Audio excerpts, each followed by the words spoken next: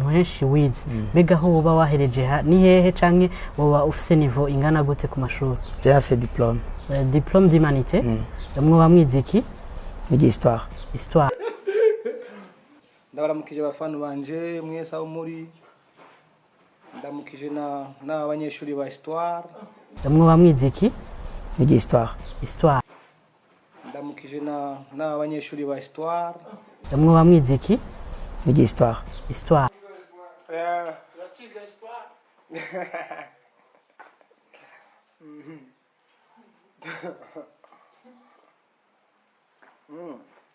Muyagamaki.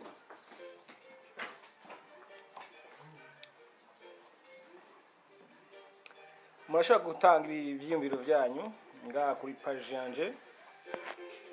N'umunsi naje tuyage tuganire duhuza. This Friday ku munsi wa gatanu nzoshira hanze indirimbo yanje izina yaga. I think yuko murindi igikorwa muri benshi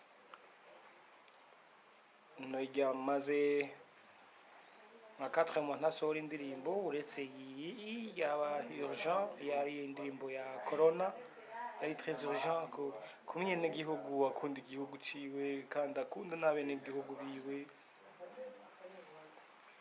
nibaza yuko byari bisanzwe. Amana ariko ndafungura umucungwe mukanya wifuza ko dusangira karibu. Yeah. So kwa mazi minsi bambaza ati izina indirimbo izina ivuga iki? Nibaza yuko kubaka izina ari cyo kintu abantu benshi bakora mu buzi butandukanye. Uri mu taxi velo ukawusaba abakiriya bawe, taximen usaba abakiriya bawe, ucuruza muri magazin usaba abakiriya bawe. No kuvuga yuko ufise izina wubatse kandi ufise aho warikuye naho ushaka kurishikana. Kenshi usanga mu byashara hariho ikintu uvuga concurrence hagati y'umudandaza n'ubundi. Ibintu vyamaho kandi bishika. Rero ugasanga abantu bashaka gusamburira izina wase babicisha mu nzira zitandukanye zikwankisha abantu. Kimwe nagomba mbwire nti mu minsi heze kumbure turashaka kuba twara akora some beef, some kutumvikana kumwe ariko twese twabikora ku ntumbero zitandukanye. Ari intumbero imwe abantu umuntu nkanje nakunda kugenderako intumbero yo kuvuga ati beef iduha amafaranga. Rero beef idatanga amafaranga siyo kabisa, ntabwo twokomeza tuyikora.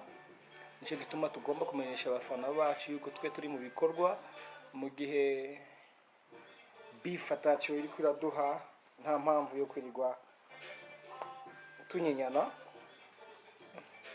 Nico gituma bivuze nti abantu banje ngo masore indirimbo muyakire nk'indirimbo yanyu izobafasha mu kumenya ingene mu maintain amazina yanyu canke ibintu mwakoreye imyaka myinshi mukabifata nkama mutayishira mu kibanza cha beef. Mukore byanyu mubikore neza mu guhuza burya abaririmbyi twari bamwe bose ko intumbero yo kutumvikana canke yo kwerekana ko tutumvikana yapfuye guhera mu kwezi kwa kabiri tariki 9 na bino vyama beef kutumvikana kuvugana nabi bikenewe ku mufana wanje canke ubundi uretse ko concurrence igomba kubihari nta wo izibira. Ne dukore turaba imbere, dukore turaba ko umuziki wacu uba wa Afrika yose. Just bwarugo butumwa nari ndawazaniye ku bantu bose Bazi turi kwisi buri gihe muntu wame witeguye wame witeguye yuko ejo ushobora kuzovaho kubera uno munsi uriho, ukavaho success zigahera swatu ugapfa ukava kwisi. Rero haranira kuba wewe, haranira ko ubuzima bwawe bwinspira abandi abantu, haranira ukuri bibishobotse ukugwanire.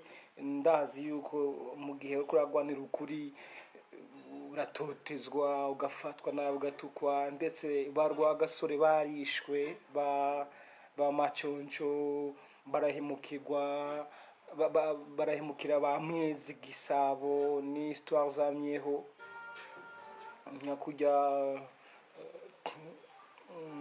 Paulo yihakanye, Petero yihakanye Yesu, byamyeho si by'uno munsi.